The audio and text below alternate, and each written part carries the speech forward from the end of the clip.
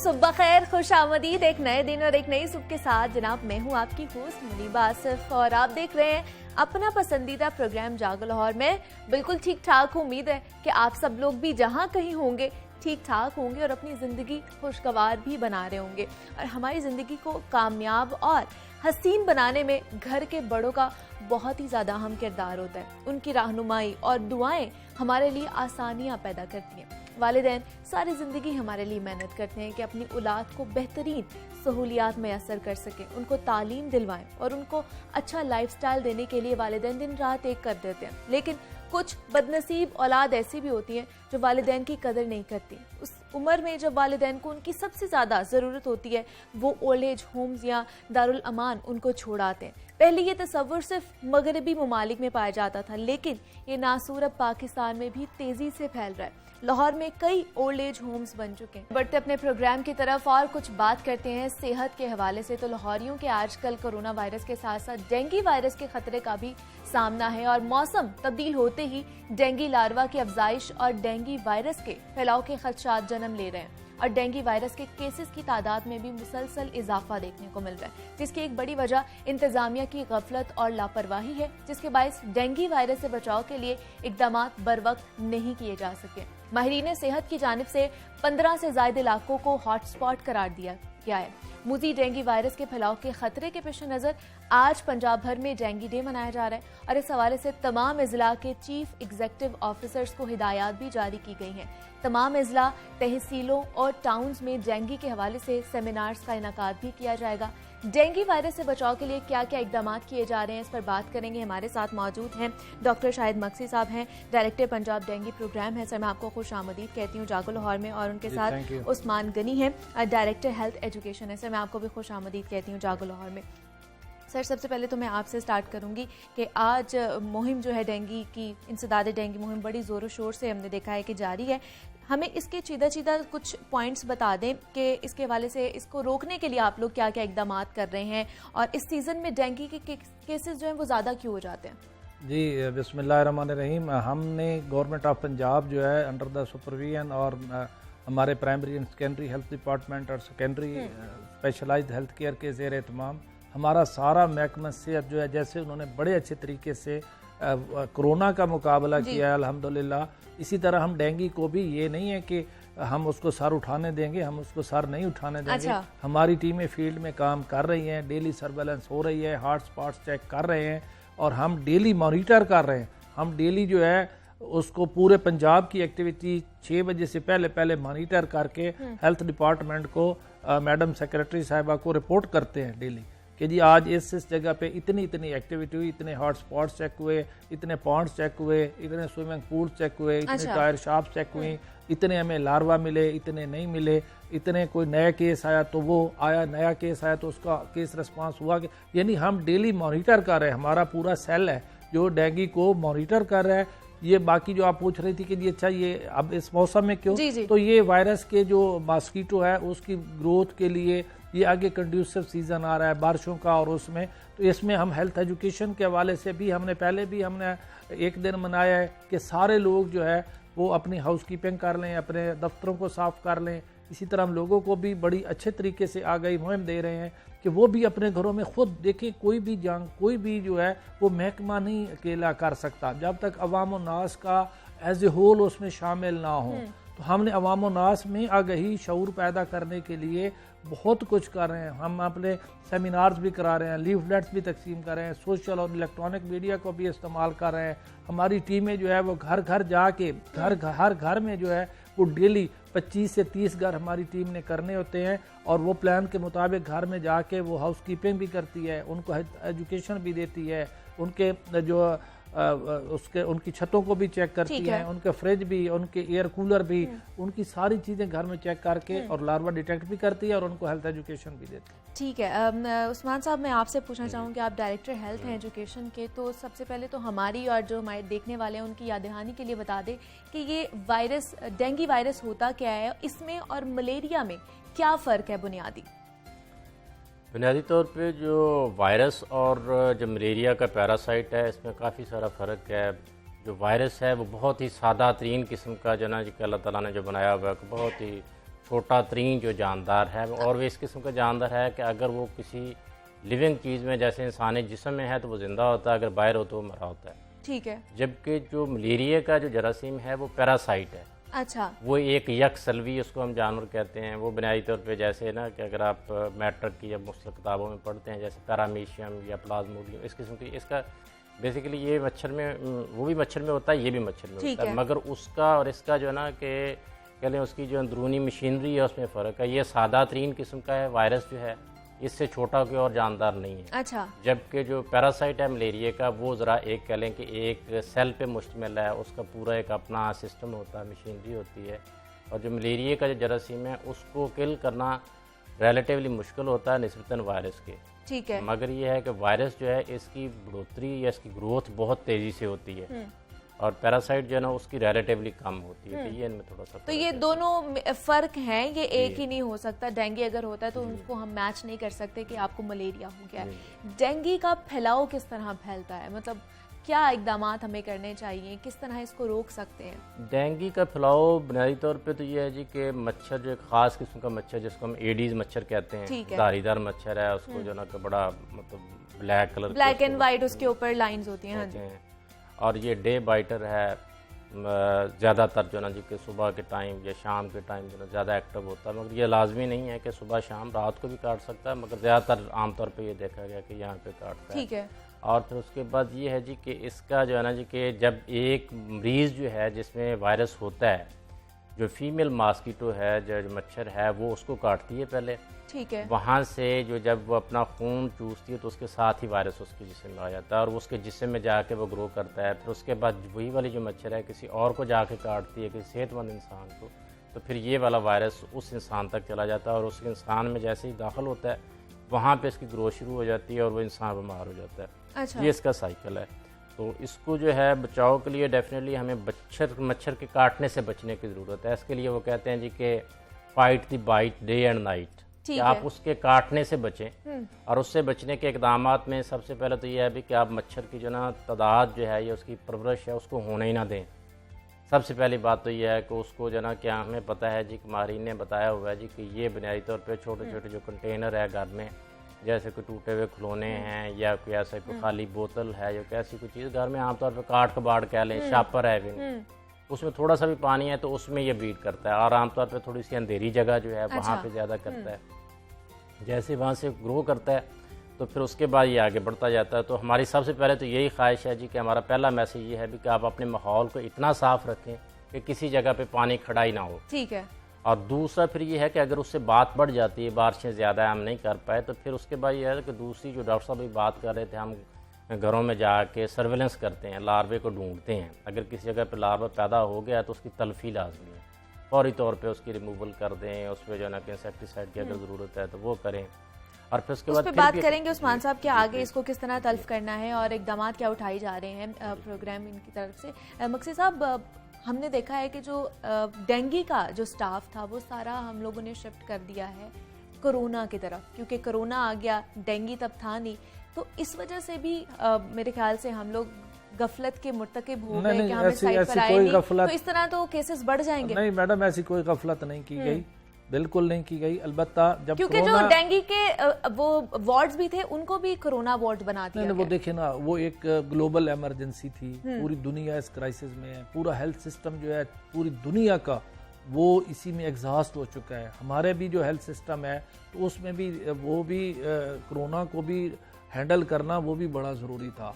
लेकिन ये नहीं है कि उसको बिल्कुल अभी हमने चेक कर रहे हैं, हमने सारे डिपार्टमेंट ने तमाम THQ DHQ टीचिंग हॉस्पिटल को इंस्ट्रक्शंस कर दिए हैं कि अपने HDU और ICU मेंटेन करें, मेंटेन हो रहे हैं, बल्कि हो गए हैं। इसी तरह जो हमारा स्टाफ है वो उस वक्त जब बिल्कुल नहीं था, लेकिन ये है कि अब हमारा स्टाफ अपना सर्वेलेंस भी साथ साथ कर रहे हैं। अच्छा। ये तो महकमे सेहत को अप्रिशिएट करना चाहिए कि वो कोरोना को भी मैनेज कर रहे थे। हमारे वही बंदे, नया ह्यूमन रिसोर्स तो नहीं है हमारे पास, तो उधर भी मैनेज कर रहे थे और अपना डेंगू का सर्वेलेंस का काम भी कर रहे थे, वो भी कर रहे थे। अलबत्ता ये है कि उस वक्त प्रायोरिटी जरा, क्योंकि उसमें डेथ रेट, पॉजिटिविटी रेट सारा कोरोना का बहुत ज्यादा था, तो वो कुछ स्टाफ जो है वो उधर भी काम करता था, लेकिन अपना काम वो पहले करता था, अपना काम करके उसके बाद उनकी इवनिंग शिफ्ट में, नाइट शिफ्ट में लगाते थे। अच्छा। तो इस तरह हम मैनेज करते थे। ये नहीं है कि ये बिल्कुल ही नजरअंदाज हो रहा था। लेकिन अब जैसे इसका सीजन आ रहा है डेंगू का, तो डेंगू का स्टाफ जो है वो बिल्कुल अपना काम कर रहा है, डेली रिपोर्टिंग हो रही है, डेली सर्वेलेंस तो मकसी साहब, हमने देखा कि हॉस्पिटल्स में पहले डेंगू काउंटर्स बनाए जाते थे और बन भी रहे थे, क्या अभी भी हैं? नहीं, अभी भी हैं, अभी भी इंशाल्लाह बन भी रहे हैं। अच्छा। अगर कुछ नहीं भी थे तो वो बन जाएंगे। वो बन जाएंगे। और इस वक्त वैसे गवर्नमेंट ने इंस्ट्रक्शन दे दी हैं कि वो सारे मेंटेन करें, उसका सस्पेक्ट आइडेंटिफाई करें, उसका प्रोबेबल केस आइडेंटिफाई करें, उसका कंफर्म केस नोटिफाई होता है। ये सारी एक्टिविटी डैशबोर्ड के ऊपर होती है। इवन हॉस्पिटल से भी डेली रिपोर्टिंग हो रही है। अच्छा। डेंगू काउंटर से ही इसकी सस्पेक्ट्स की रिपोर्टिंग हो रही है। डेली हम मॉनिटर करते हैं कि किस हॉस्पिटल से सस्पेक्ट रिपोर्ट हुए और किस से नहीं हुए, ये भी हम उनसे पूछ रहे हैं। Department is taking very serious action. लेकिन मक्सी साहब, हम देखते थे कि अगर पिछले साल की, उससे पिछले साल की बात की जाए, कोरोना से पहले तो सीजन से 2-3 महीने पहले ही स्प्रेस कर लिए जाते थे, लार्वा की निशानदेही कर ली जाती थी, टीम्स जाती थी। इस दफा हमने नहीं देखा ऐसे, ना ही स्प्रेज हो रहे हैं, ना ही हम लोगों ने टीम्स को देखा है कि वो जाके लार्वा की निशानदेही कर रहे हैं। टीमें लार्वा की निशानदेही कर रहे हैं। जहां लार्वा होता है तो उसको सबसे पहले, जैसे उस्मान साहब ने बताया कि हमने उसको रिमूव करना था, उसके 3 तरीके हैं। सबसे बेस्ट तरीका जो है वो मैकेनिकली रिमूवल है। अच्छा। कि मैकेनिकली उसको पानी को उलट दें, खत्म कर दें, पानी जगह खुश कर दें तो लार्वा मार जाता है। अगर उससे बहुत ज्यादा जगह है तो फिर उसके बाद ये है कि आप उसको केमिकली रिमूव करें। जो स्प्रे की बात है तो वो स्प्रे एक सिंबल बन चुका है कि जी अच्छा डेंगू को खत्म कर। स्प्रे के भी SOPs हैं। जहाँ केस पॉजिटिव, स्प्रेज नहीं देखे हमने नहीं मैडम, अभी नहीं शुरू। जहाँ केस होता है, पॉजिटिव होता है, तो वहाँ केस रिस्पांस जो है, एक वो घर इंडेक्स हाउस और उसके 12 घर राइट लेफ्ट नॉर्थ साउथ 12 और 49 घर जो है उनमें स्प्रे भी हो रहे हैं। जहाँ केस पॉजिटिव केस रिपोर्ट हो रहा है उन घरों में अभी भी हो रहा है। वैसे जो रैंडम पब्लिक का ये इमेज है कि वो धुआं मारती हुई मशीनें चल रही हों, फॉगिंग हो रही है, वो कंट्राइंडिकेटेड है। उससे एक तो मच्छर में भी रेजिस्टेंस होती है और दूसरे लोगों में भी जो है उसमें एलर्जिक और इस तरह के रिएक्शंस, उसका भी जब जरूरत होती है या होगी तो वो भी हमारे पास हर चीज रेडी है। अच्छा। हमारे पास फॉगिंग मशीन्स भी हैं, व्हीकल माउंटेड फॉगर्स भी हैं, हर चीज मौजूद है। हमने इक्विपमेंट मशीनरी भी अपनी अलर्ट पूरे पंजाब में की हुई है। ठीक है। उसका भी हमने बिल्कुल हम चेक भी कर रहे हैं और सर्टिफिकेट भी ले। मक्सी साहब, इस वक्त लाहौर की अगर बात की जाए तो कितने हॉटस्पॉट एरियाज हैं? हॉटस्पॉट एरिया के चेंज होते रहते हैं। अच्छा। जैसे अभी ये मौसम आएगा, ये बारिश होगी, ज्यादा हो जाती है तो हॉटस्पॉट्स बढ़ जाते हैं, नहीं होती तो वो एक आइडेंटिफाइड होते हैं जो हर वीक हमने उसको चेक करने होते हैं। तो वो हमारी टीमें, लाहौर के CO के जो टीमें हैं, जो डेंगू के इवन स्पेशल स्टाफ भी है, इसी के लिए लेडी सैनिटरी पेट्रोल और सैनिटरी पेट्रोल जो है वो स्पेशल रखे गए हैं। हेल्थ एजुकेटर्स भी इसमें रखे गए, इंस्पेक्टर भी रखे गए। तो वो सारी टीमें अपनी जगह पे काम कर रही हैं और वो हॉटस्पॉट्स को रेगुलरली चेक कर रहे हैं। ठीक है। उस्मान साहब, जैसे कि आप डायरेक्टर हेल्थ एजुकेशन के, और इस वक्त मेरे ख्याल से एजुकेट करना बहुत ज़्यादा ज़रूरी हो गया है, क्योंकि एक तो कोरोना भी और डेंगू वायरस भी है। तो अगर किसी को हो जाए डेंगू तो उसको सबसे पहले क्या हिफाजती इकदाम उठाने चाहिए या तदबीर इख्तियार कर लेनी चाहिए घर पर ही? मेरी तौर पे तो ये जो कि जैसे पहले मैं बात कर रहा था कि आप जो है ना कि मच्छर को पैदा ही ना होने दें और काटने से बचें। अगर उससे बात बढ़ जाती है, खुदा न खास्ता आपको वो हो जाता है, फिर उसके बाद सबसे अहम काम ये वाला है कि आप टोटके ना आजमाएं। अच्छा। आप जो है ना कि डॉक्टर से, हॉस्पिटल से डेंगू काउंटर बने हुए हैं, वहाँ पे जाके अपनी तशखीस करवाएं और जो तजवीज़ करदा इलाज है वही वाला करें। वो जो है ना हमारी मिथ बनी हुई है जी कि आप वो जो पपीते के पानी पी लें या शरबत पीना शुरू कर दें या किसी आयत पे, और मतलब इस किस्म के जो ना जो उस पर नहीं करना चाहिए, क्योंकि हमारी जो एपिडेमिक हुई हैं पहले जो हुई थी वबा, तो उसमें सबसे ज़्यादा मवाद सिर्फ इसी वजह से हुई थी कि लोगों ने टाइमली प्रॉपर तरीके से उनकी मैनेजमेंट नहीं हो सकी। ठीक है। खुद से टोटकेबाजी शुरू कर दी, क्वैकिज़म शुरू कर दी, तो ये नहीं होनी चाहिए। अगर खुदा न खास्ता आपको कोई ऐसा मसला है, बुखार है या कैसी कोई चीज़ है, तो फौरी तौर पर आपको जो सरकारी सारे अस्पतालों में डेंगू काउंटर बने हुए हैं, वहाँ पे टेस्ट की सहूलत मौजूद है। इसके अलावा आपको पता है कि गवर्नमेंट ने तो इवन जो डेंगू टेस्ट है वो प्राइवेट लेबॉर्ट्रियों में भी कंट्रोल रेट पे दिया हुआ है। प्राइवेट अस्पतालों उनकी भी जिम्मेदारी है कि वो भी उसको जो है ना कंट्रोल रेट पे उसका टेस्ट करके तशखीस करके दें। जैसे तशखीस हो जाए और फिर उसके बाद मरज़ की नौइयत के मुताबिक जो है ना जी कि उसकी वो मैनेजमेंट की जाती है कि उसको इब्तदाई स्टेज पे क्या कौन सी अद्वियात देनी है, अगर कोई ज़्यादा है उसको अस्पताल में दाखिल करना पड़ता है या कैसी चीज़ होती है तो उसके मुताबिक वो सारी चीज़ें। तो उस्मान साहब, जिस तरह हम बात करें कि अगर कोरोना का या डेंगू का पेशेंट हो, उसको डेंगू हो जाए, तो फिर उसको डाइट किस तरह की लेनी चाहिए ताकि उसका इम्यून सिस्टम भी ख़राब ना हो, वो जल्द से जल्द इस चीज़ से रिकवर हो जाए? बेसिकली जो है ना कि डाइट तो बैलेंस डाइट जो मुतवाज़न खुराक जिसे हम कहते हैं वो लेनी चाहिए, जिसमें जो है ना कि रिलेटिवली ये होता है कि जो प्रोटीन की डाइट है वो अगर हम थोड़ा प्रोपोर्शन अपना ज़्यादा कर लें तो उसमें इम्यूनिटी ज़्यादा हो जाती है। कि जैसे आप दूध पिएँ, अंडा लें या मुर्गी या गोश्त वगैरह, ये चीज़ें थोड़ी सी इसके लिए बूस्टर के तौर पे काम करती हैं। मगर जनरल मैसेज ये है कि इसके लिए कोई स्पेसिफिकली कोई ज़रूरत नहीं होती। अच्छा, आप जो मुतवाज़न खुराक है उसी को जारी रखना चाहिए। ये जो जंक फूड है, ये जो जना के बाज़ार से जाके वो पिज़्ज़े वीज़े लेना या बच्चों के लिए भी है उस किस्म की जंक टॉफ़ियाँ, और ये चीज़ें नहीं होनी चाहिए। जो बैलेंस खुराक है वो उसको इस्तेमाल करना। मक्सी साहब, हम देख रहे हैं कि आगे मॉनसून का भी सीज़न आ रहा है और उस सीज़न में ही ये ज़्यादा पलता भी है, इसकी अफजाइश होती है, तो हम लोग खुद नहीं इसको दावत दे रहे कि ये आए और हमारे ऊपर हमला करे? क्योंकि हम सफाई सुथराई के हवाले से देखें तो लाहौर शहर में आपको भी पता है कि क्या सूरत हाल होती है, हमें भी पता है क्या सूरत हाल होती है, जगह जगह पानी खड़ा हो जाता है।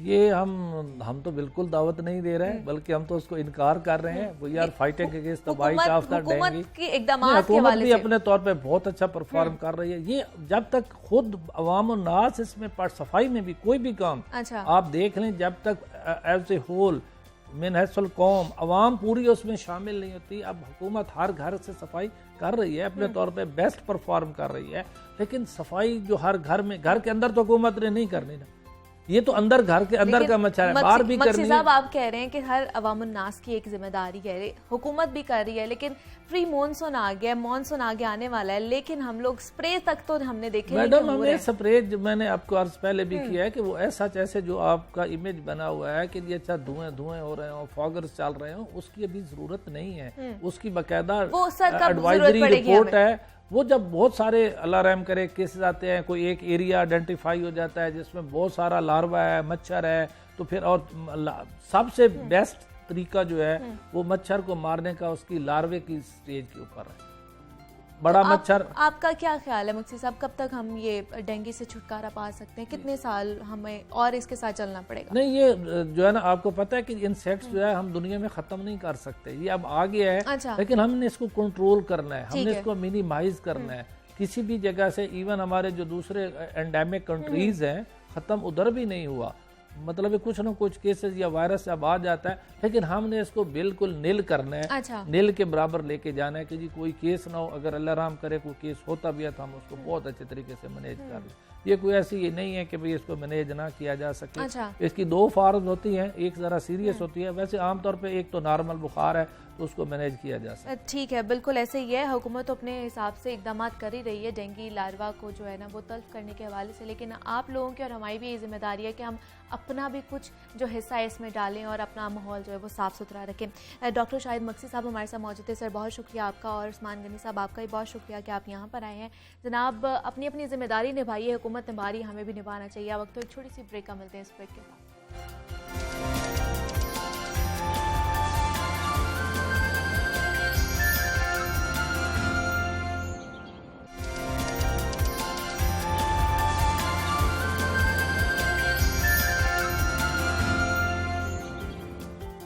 वेलकम बैक टू जागो लाहौर। जनाब, गर्मी बहुत ज़्यादा है और गर्मी हो तो खुद को ठंडा रखने के लिए ठंडी ठंडी मीठी मीठी आइसक्रीम खाने का दिल करता है, और अगर असल आइसक्रीम का जिक्र किया जाए तो वो है हीको की डेयरी आइसक्रीम, जो मैं अपने बचपन से खा रही हूँ, बल्कि आप लोग भी अपने बचपन से खा रहे होंगे, और आज भी मेरी फेवरेट है। हीको आइसक्रीम रियल दूध से बनी है, जो बनाए हर लम्हे को खास और जोड़े रखे अपनों के साथ। यानी हम ये कह सकते हैं कि हीको है सच्चे रिश्तों का मीठा मजा, क्योंकि हीको बनी है असली क्रीम और दूध के साथ। यानी हीको डेयरी आइसक्रीम ही है रियल आइसक्रीम, जो 1952 से पाकिस्तानियों को 100% असल डेयरी आइसक्रीम मुहैया कर रही है। और आज जैसे गर्मी है और आगे भी गर्मी बढ़ने वाली है, तो मैं तो आज घर जाके हीको आइसक्रीम खाने वाली हूँ। तो उम्मीद करती हूँ कि आप लोग भी आज जाएंगे मार्केट और हीको का डब्बा लेकर आएंगे और मीठी मीठी आइसक्रीम खाएंगे और गर्मी को भगाएंगे। आगे बढ़ते हैं जनाब, और कुछ बात कर लेते हैं मोहलिक वायरस के हवाले से, जिसने हमारी जिंदगियों को यकसर बदल कर रख दिया। मोहलिक वायरस ने पाकिस्तान समेत दुनिया भर की मईशत पर इंतहाई बुरे असरात मुरतब किए। ऐसे में सिर्फ एक चीज जिसने मईशत को सहारा दिया वो है डिजिटल टेक्नोलॉजी का इस्तेमाल। अगर हम उसे न्यू एरा ऑफ डिजिटलाइजेशन कहें तो गलत नहीं होगा। कोरोना वबा ने दुनिया भर में डिजिटल टेक्नोलॉजी की मांग में कई गुना इजाफा कर दिया। दुनिया भर में रिवायती कारोबार तेजी के साथ ऑनलाइन कारोबार में मुंतकिल हो रहे हैं। पाकिस्तान के हवाले से अगर बात की जाए तो पाकिस्तान में भी ई-कॉमर्स, फ्रीलांसिंग और ऑनलाइन कारोबार को फरोग मिला है, लेकिन अभी हमें इस हवाले से बहुत चैलेंजेस का भी सामना करना पड़ा है। ये चैलेंजेस क्या हैं और इनका सोल्यूशन क्या है, इस पर बात करेंगे और इसके साथ साथ एक और अहम मसले पर भी बात करेंगे और वो मसला है कि कोरोना वायरस की वजह से ना सिर्फ कारोबार ऑनलाइन मुंतकिल हुआ है बल्कि तालीम और हेल्थ जैसे शोबाजात भी ऑनलाइन सिस्टम की तरफ बढ़े हैं। बच्चों की क्लासेस ऑनलाइन होना शुरू हो गई हैं, जिसकी वजह से बच्चों में मोबाइल फ़ोन और इलेक्ट्रॉनिक गैजेट्स का इस्तेमाल बहुत ज़्यादा बढ़ चुका है, जो बच्चों की जहनी और जिस्मानी सेहत के लिए ख़तरनाक है। अब क्योंकि ऑन कैंपस क्लासेस शुरू हो गई हैं तो बच्चों को इलेक्ट्रॉनिक गैजेट से छुटकारा कैसे दिया जाए, इस पर बात करेंगे। हमारे साथ मौजूद है सबरीना उमर है, ई-कॉमर्स एक्सपर्ट हैं और आर्ट एंड क्राफ्ट एक्सपर्ट भी हैं। सबरीना, मैं आपको खुशामदीद कहती हूँ जागो लाहौर में। कैसी हैं आप? Thank you so much dear. मैं बिल्कुल ठीक हूँ, आप कैसी हैं? मैं भी बिल्कुल ठीक ठाक। सबरीना, हम देख रहे हैं कि कोरोना ने जहाँ पर हमारे जो रिवायती कारोबार जिसको कहा जाता था उसको बहुत ज़्यादा मुतासर किया है, ये उसको खेड़ के रख दिया है। उसी तरह हम देखें तो हमारे जो ई-कॉमर्स की तरफ जो हमारे डिजिटलाइजेशन एरा जो कह सकते हैं वो बहुत ज़्यादा बूस्ट अप किया है। तो पाकिस्तान में ये कोरोना के दौर में जो डिजिटलाइजेशन बिजनेस का जो कितना फ़ायदा हुआ है हमें? आप बिल्कुल ठीक कह रही हैं डियर कि इस तरह से ही हुआ है कि जो हमारी रवायती इकोनॉमी थी या जो हमारी रवायती कॉमर्स था, हाँ। वो चीज़ जो है वो काफ़ी जो है उसको जो है कोरोना की वजह से बहुत ज़्यादा जो है असरअंदाज हुआ है और बहुत सारी चीज़ें जो है वो बंद हो गई हैं। लेकिन इसके साथ साथ ये हुआ है कि हमारी जो डिजिटलाइजेशन है या ऑनलाइन कॉमर्स है या ऑनलाइन बिजनेस है उसको बहुत ही ज़्यादा फ़रोग मिला है। Exactly. ठीक है, जो कि कहा जाता था कि जो नंबर्स या वैल्यूज़ हमें 2024 में या 25 में नज़र आएंगे, वो हमें जो है वो माशाल्लाह से वो 2020 में नज़र आ गए हैं। ठीक है, तो पहले ये था कि लोगों को कन्विंस करना पड़ता था ऑनलाइन बिजनेस के लिए, ऑनलाइन चीज़ें जो है ख़रीदने के लिए या उस तरह से बहुत ज़्यादा मेहनत करनी पड़ती थी लोगों को। लेकिन अब ये है कि अब ये ज़रूरत बन गई है। ठीक है, अब आप घर से बाहर नहीं जा सकते, आपको ग्रोसरीज के लिए, इवन शॉपिंग के लिए, कपड़ों, जूतों, हर चीज़ के लिए, बच्चों की चीज़ों के लिए आपको ऑनलाइन शॉपिंग करनी पड़ती है। तो एक रिसर्च के मुताबिक जो है वो 80% जो है वो जो है हमारा ऑनलाइन जो कॉमर्स है वो इंक्रीज हुई है। अच्छा, जी जी, मतलब हमारा हर बिल्कुल इसी एक साल में, हाँ, कि एक साल में हम लोग 80% या 90% जो लोग हैं वो ई-कॉमर्स पर गए हैं। जी जी, बिल्कुल ऐसे ही है। मतलब ये बहुत बड़ी तादाद है जो इस साइड पर गई है, जिनको अब समझ आ रही है कि हमने आगे किस तरफ जाना है। रिवायती चीजों से निकलकर हमने अब डिजिटलाइजेशन की तरफ जाना है। बिल्कुल ऐसे ही है। और हम देख रहे हैं सबरीना के पाकिस्तान में अब अमेज़ॉन भी आ चुका है, जिसकी बहुत ज़्यादा मांग थी और हम लोग बोल रहे थे कि बाहर के ममालिक में है, पाकिस्तान में नहीं, अब आ चुका है। तो आपको क्या लगता है कि पाकिस्तानी अब ई-कॉमर्स में कितनी तेज़ी का इम्कान है, कितना बूस्टअप इसकी वजह से हमें मिलेगा? अच्छा, इसमें ना थोड़ा सा एक बात समझने की ज़रूरत है कि ये जो अमेज़न आ रहा है इसका हमारा जो है डायरेक्टली हमारी जो पाकिस्तानी कॉमर्स है उस पर इस तरह से असर नहीं होगा। अच्छा, क्योंकि ये जो अमेज़न आ रहा है ये इस तरह से है कि ये इंटरनेशनल प्लेटफॉर्म है। ठीक है, एक बहुत बड़ा प्लेटफॉर्म है अमेज़न और बहुत बड़ी अपॉर्चुनिटी है हमारे लिए कि हम जो है ये इस तरह से जो है ये यहाँ पे ये ओपन हो रहा है। लेकिन बात ये है कि यहाँ पे सिर्फ हम सेलर अकाउंट बना सकते हैं अभी के लिए। ठीक है, यानी कि आप चीज़ें इंटरनेशनली बेच सकते हैं लेकिन आप इंपोर्ट नहीं कर सकते, यहाँ भी मंगवा नहीं सकते। तो ये अभी टाइम के साथ जो है वक्त के साथ हमें जो है अंदाज़ा होगा कि ये पाकिस्तानी इकोनॉमी पे और इस तरह से जो है वो कितना असरअंदाज होता है, हम उसको कहाँ किस तरह से लेके चलते हैं और कैसे जो है ये आगे चीज़ें जो है उसमें होती हैं। अभी ये है कि ये थोड़ा सा बस ये समझने की ज़रूरत है कि वाकई में ये बहुत बड़ा प्लेटफॉर्म है, क्योंकि आपको पता है internationally it's a very big platform. तो इससे क्या हमें अपॉर्चुनिटीज क्या मिलेंगी इस प्लेटफॉर्म से? हमें पता है वर्ल्ड वाइड इसको अब माना जाता है अमेज़न को, और अब ये पाकिस्तान में आ जाएगा तो क्या लगता है आपको हमें किस तरह की अपॉर्चुनिटीज? उसमें ये है कि पहले जो लोग यहाँ से बिजनेस करना चाहते थे, जो कि अमेज़न पे चीज़ें सेल करना चाहते थे, बिकॉज बहुत सारी प्रोडक्ट्स ऐसी हैं, बहुत सारी सर्विसेज ऐसी हैं जो कि माशाल्लाह से लोग यहाँ पे ओरिजिनली जो है वो कर रहे हैं और ख़ुद से जनरेट कर रहे हैं।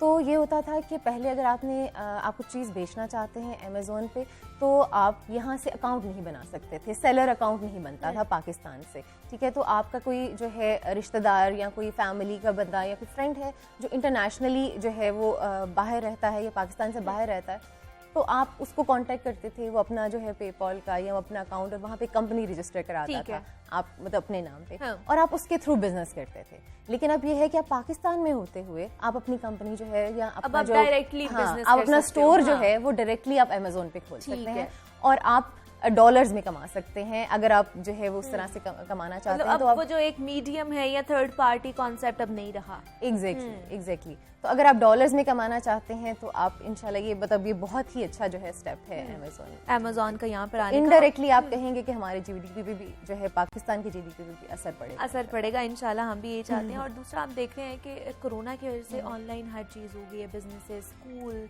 हेल्थ, ईच एंड एवरीथिंग हम लोग ऑनलाइन चले गए हैं। तो आपको क्या लगता है ऑनलाइन पे ज़्यादा जो लोग बिजनेस कर रहे हैं वो नौजवान नस्ल है या हर उम्र के लोग जो हैं वो इस साइट पर आ रहे हैं?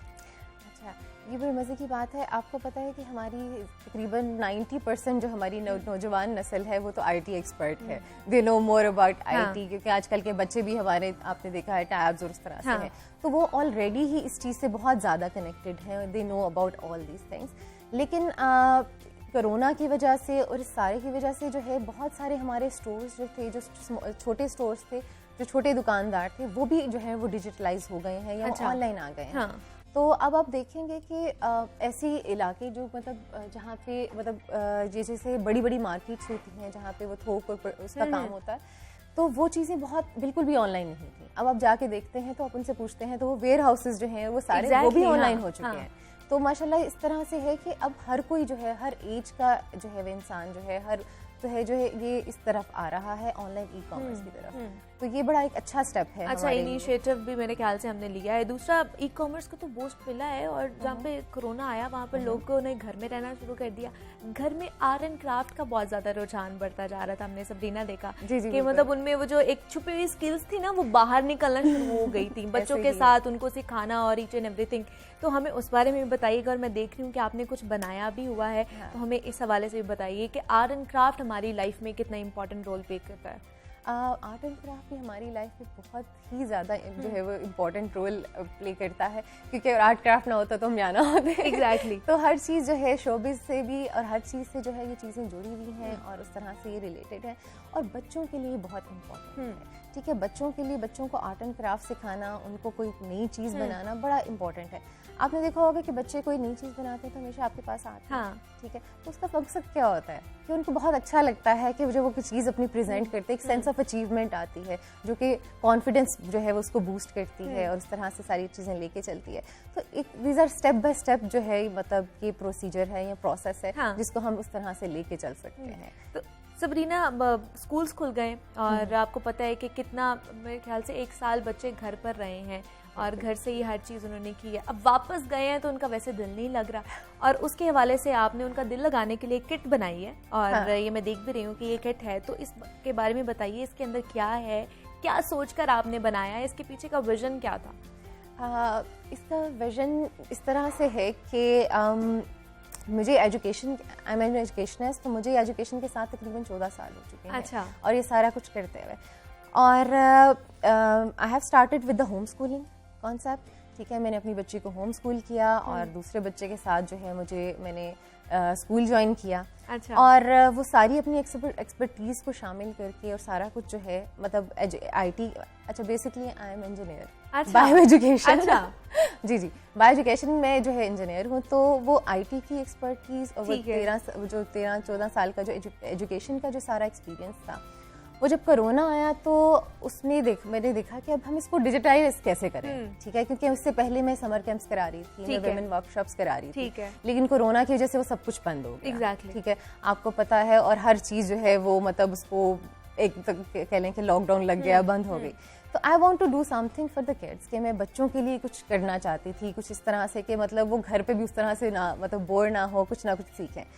तो बेसिकली उसी समर कैंप को मैंने कह लें कि एक बैग में पैक कर दिया या एक बॉक्स में पैक कर दिया। तो we have 4 different themes of bags और हर एज ग्रुप के लिए डिफरेंट है। अच्छा। तो इसमें 3 एज ग्रुप्स हैं। ठीक है। 1 to 3 के लिए लेदा है, 4 to 6 के लिए लेदा बैग है और 7+ के लिए लेदा बैग है, सेम थीम में। ठीक है। और वो उस तरह से डिज़ाइन किया गया है कि वो उसी एज के बच्चों के लिए जो है वो एक्टिविटीज़ खुद से कर सकें और उनका कॉन्फिडेंस बूस्ट हो सके और वो कुछ ना कुछ जो है इसके दौरान सीख सकें, कोई ना कोई स्किल उनमें आ जाए।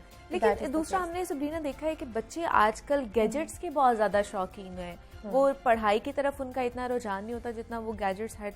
और कोरोना की वजह से ऑनलाइन क्लासेस भी गैजेट्स पे हो रही थी। आपको टैबलेट की जरूरत है, आपको लैपटॉप की जरूरत है, फोन की जरूरत है, उसके ऊपर स्क्रीन आपने देखनी है। तो फिर इस तरह की चीजों से किस तरह आप खास तौर पर गैजेट्स जो इतने ज्यादा उनके पसंदीदा बेस्ट फ्रेंड कह ले बन गए हैं उनको कैसे उनसे अलग करें? बेस्ट फ्रेंड तो वो हमेशा से थे। हाँ। लेकिन अब ये है कि अब हम अवॉइड नहीं कर सकते बिकॉज ऑफ द स्कूलिंग और वो सारी जो क्लासेस हो रही हैं। तो हम कितनी भी कोशिश कर लें, कुछ भी कर लें, we have to give them the screen time for that. ठीक है। और वही बात है कि जब वो कहते हैं स्कूल के लिए कर रहे हैं तो ऑब्वियसली फिर वो खेलने के लिए भी उनको चाहिए। तो अगर हम अंदाज़ा लगाएं तो तकरीबन 50 to 60% जो है वो स्क्रीन टाइम इंक्रीज कर गया है बच्चों का due to the corona and due to the online schooling. ठीक है। उसमें ये है कि हम उसको किस तरह से कम कर सकते हैं। घर पे खिलौना लेके आते हैं, टॉय लेके आते हैं, बच्चा एक दफ़ा खेलता है, 2 दिन खेल लेता है, मैक्सिमम तीसरे दिन आपको वो किसी कोने में पड़ा हुआ मिलता है।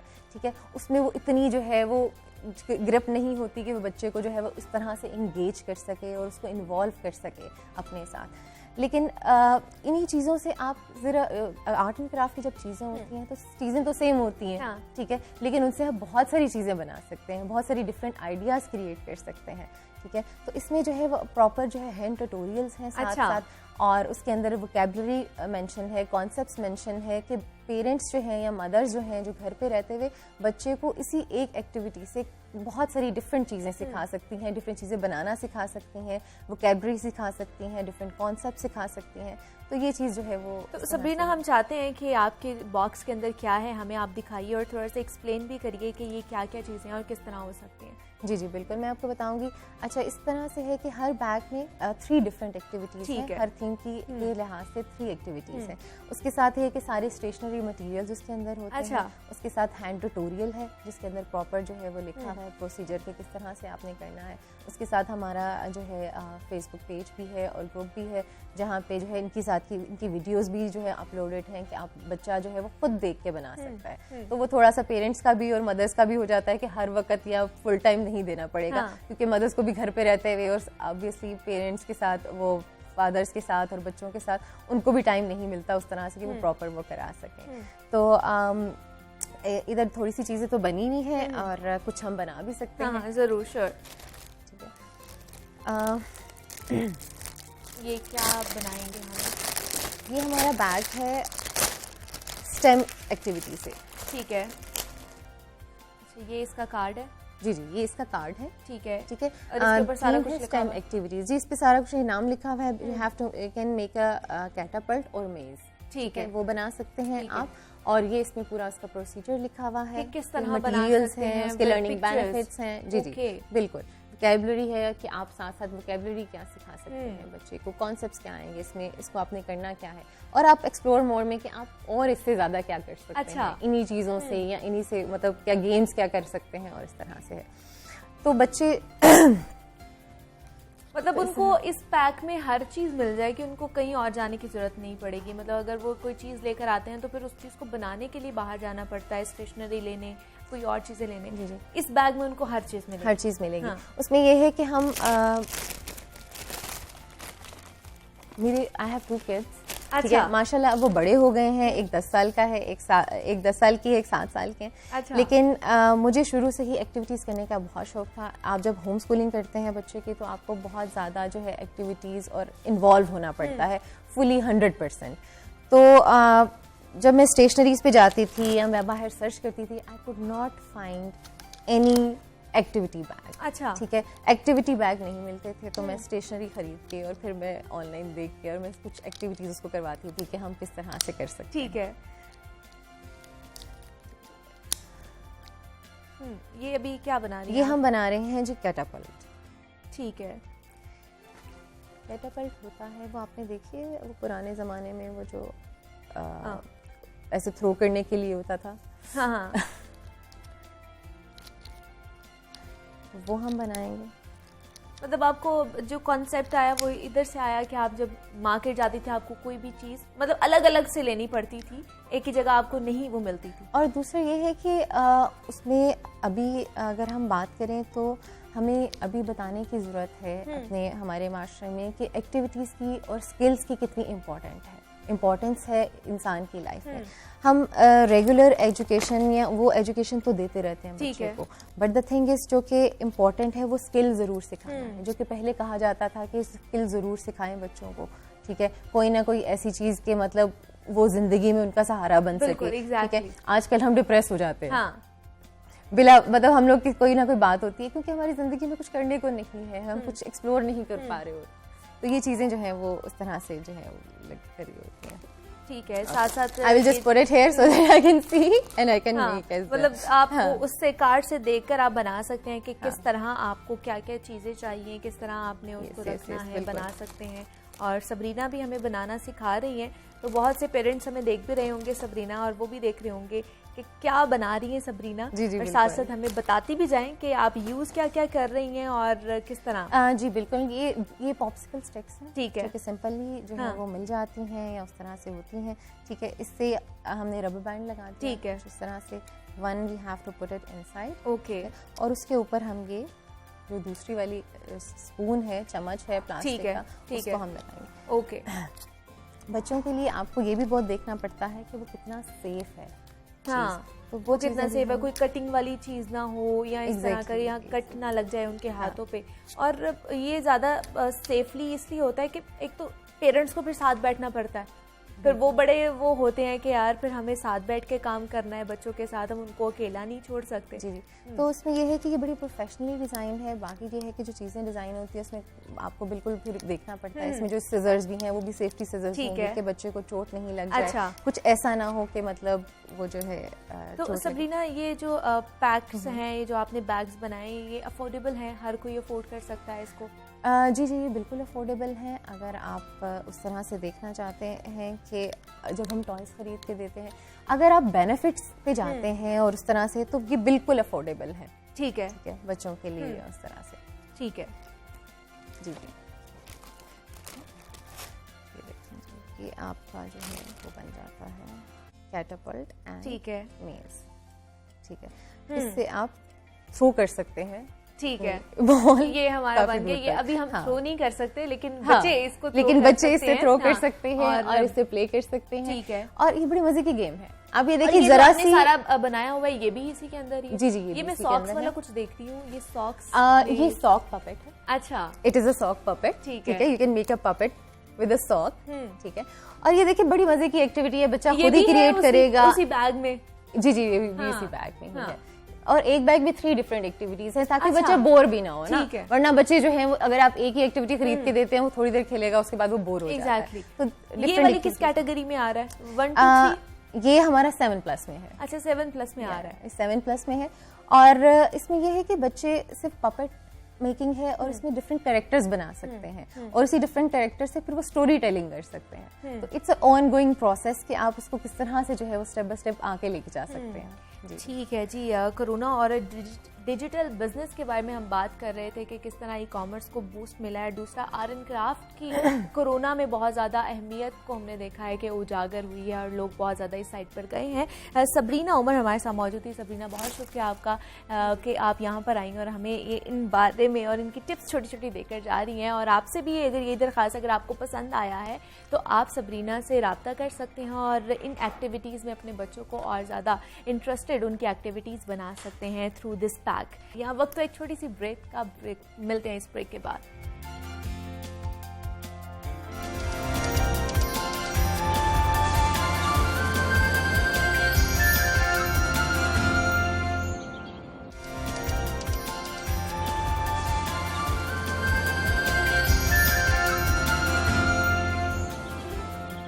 वेलकम बैक टू जागो लाहौर। नाजरीन, वक्त के साथ साथ हमारा लाइफस्टाइल चेंज हो रहा है। जैसे जैसे टेक्नोलॉजी तरक्की कर रही है वैसे वैसे ज़राए आमदन दरियाफ्त भी कर रही हैं। पूरी दुनिया में मोटरवेज बन रही हैं, फासले तेज़ी के साथ सिमट रहे हैं।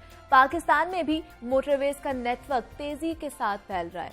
लेकिन यहाँ और वहाँ थोड़ा सा फर्क है। दुनिया भर में गाड़ी को सड़क पर लाने के लिए एक फिटनेस सर्टिफिकेट दरकार होता है, जो कुछ अरसे बाद गाड़ी का मुकम्मल मुआयना करने के बाद जारी किया जाता है, ताकि खराब गाड़ी सड़क पर चलने से किसी दूसरे को नुकसान ना पहुंचे।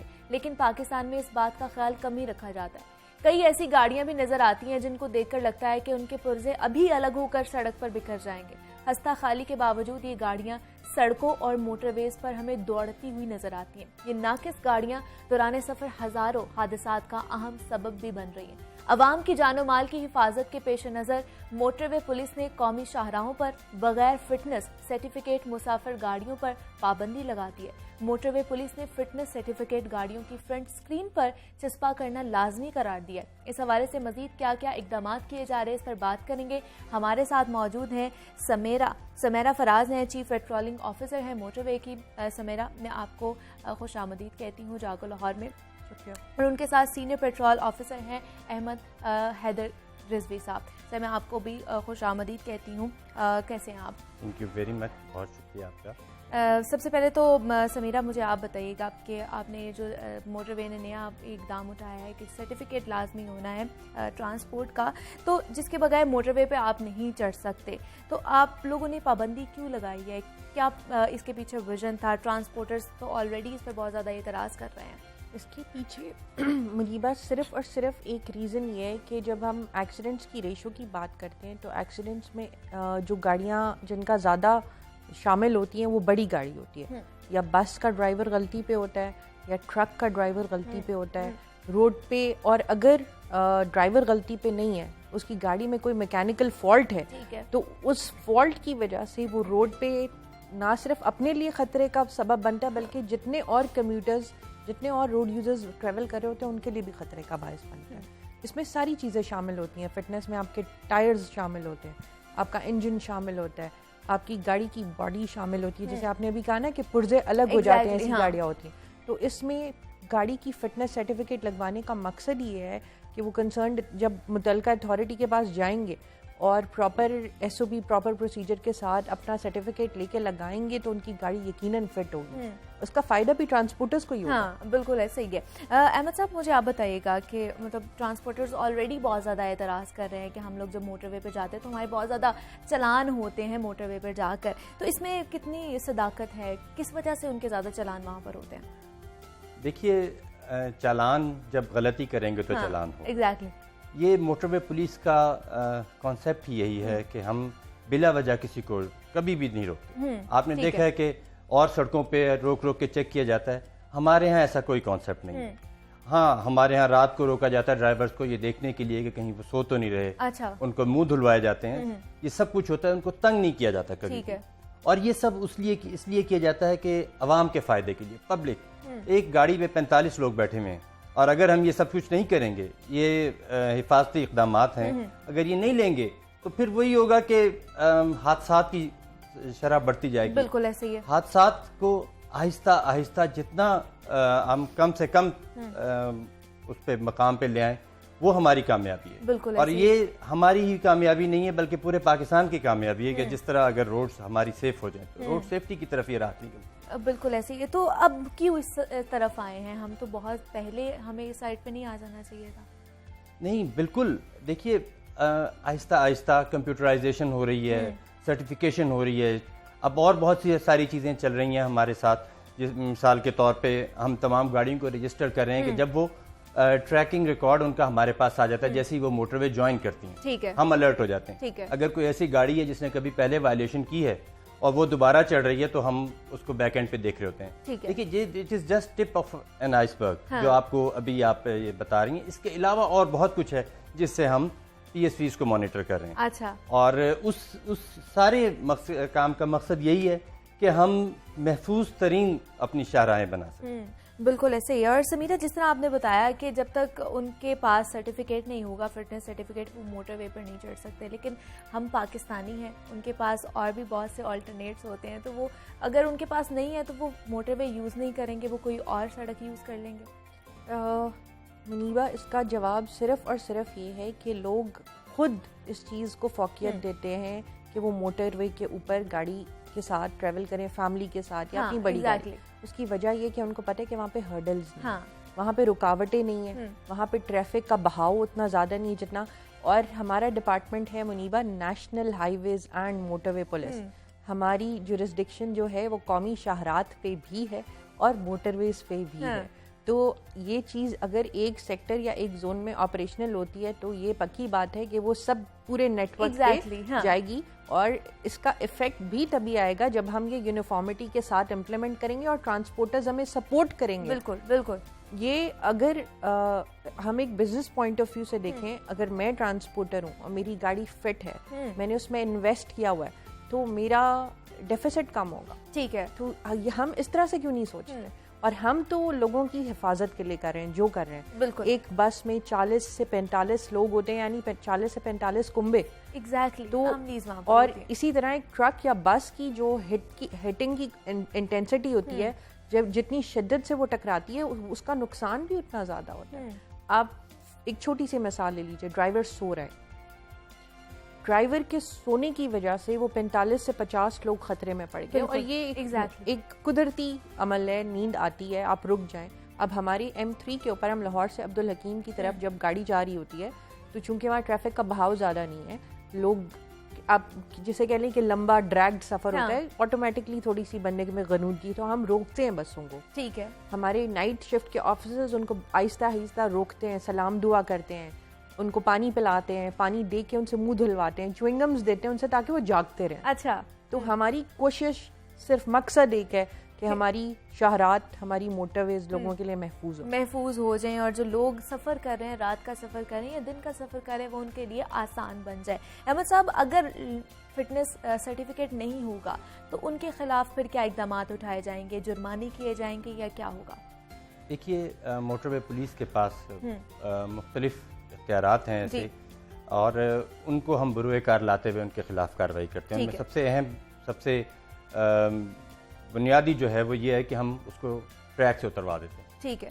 अगर आपके पास फिटनेस सर्टिफिकेट नहीं है और आपने उसकी तमाम उनको पूरा नहीं किया हुआ, लाजमी जो आपको अहकामात दिए गए, तो आपको डी ट्रैक कर दिया जाएगा, उससे उतार दिया जाएगा मोटरवे से, किसी भी इंटरचेंज से, जहाँ पे भी चेक करेंगे हम। अच्छा। और उसके अलावा दूसरी चीज़ ये है कि उनको फ़ाइन किए जाते हैं। अच्छा। रूट परमिट ना होने पे बहुत हैवी फाइन्स हैं।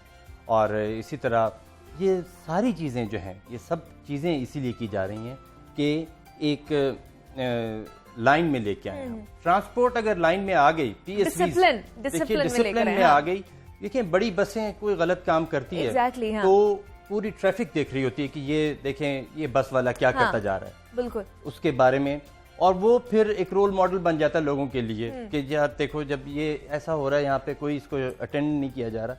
तो इस सारी सूरत हाल को काबू में रखने के लिए, ताकि ऐसी कोई मिसाल ही कायम ना हो कि आप वहाँ पे कोई बस जो है वो गलत तरीके से चल रही है या उसने अपने ज़रूरी डॉक्यूमेंट्स पूरे नहीं रखे हुए, ऐसा ना हो, इसलिए हम ये सारा कुछ कर रहे हैं। दूसरा हमने देखा भी है सुमेरा कि बहुत से लोग ये कहते हैं कि जो इस्लामाबाद से, लाहौर से इस्लामाबाद की मोटरवे है, वहाँ पर सॉल्ट रेंज के पास बहुत ज़्यादा हादसा होते हैं। इसकी वजह क्या है? ये लंबा सफ़र जो है इस वजह से होते हैं? मुनीबा, रोड इंजीनियरिंग जो है वो हमारी एक बहुत इंपॉर्टेंट फैक्टर है, रुकन है रोड सेफ्टी का। आपने देखा होगा कि कलर कहार सॉल्ट रेंज एंटर होते ही जा बजा इंतबाही निशानात लगाए होते हैं, वार्न किया होता है कम्यूटर को कि स्टीप है, चढ़ाई है, उतराई है, स्पीड लिमिट आपकी इतनी होनी चाहिए। वहाँ पे हमारी स्पीड चेकिंग कैमरास भी इंस्टॉल होते हैं कॉन्टीन्यूसली। उसके बावजूद अफसोस की बात यह है कि हमारा तबका जो कि पढ़ा लिखा तबका भी है, वो उसको फॉलो नहीं करता, कानून को फॉलो नहीं करता, सिर्फ लापरवाही के ज़ुमरे में आकर इतनी गलती करता है जिसका खुमियाजा ना सिर्फ वो भुगतता है बल्कि फिर आगे आके मेरे मुल्क की माइशत भी उससे अफेक्ट। एग्जैक्टली ऐसे ही है, बिल्कुल। एक्सीडेंट, मुनीबा, हमारा ये कॉन्सेप्ट है कि जब एक्सीडेंट होता है या हादसा होता है तो उससे ख़ानदान इफेक्ट होता है।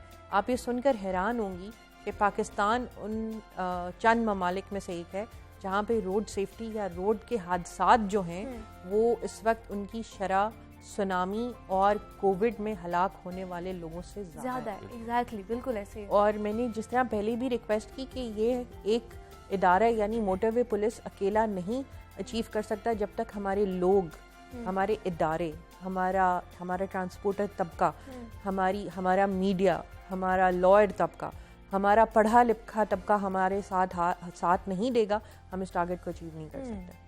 बिल्कुल ऐसे ही है। अहमद साहब, जाते जाते क्या पैगाम देना चाहेंगे हमारे देखने वालों को? क्या हिफाजती इक़दाम हैं आज के दिन की मुनासिबत से? बहुत सबसे पहले तो लाहौर न्यूज़ का बहुत शुक्रिया कि आपने ये मौका दिया हमें कि रोड सेफ्टी का ये पैगाम हर ख़ास आम तक पहुँचे, लोगों तक ये बात पहुँचे।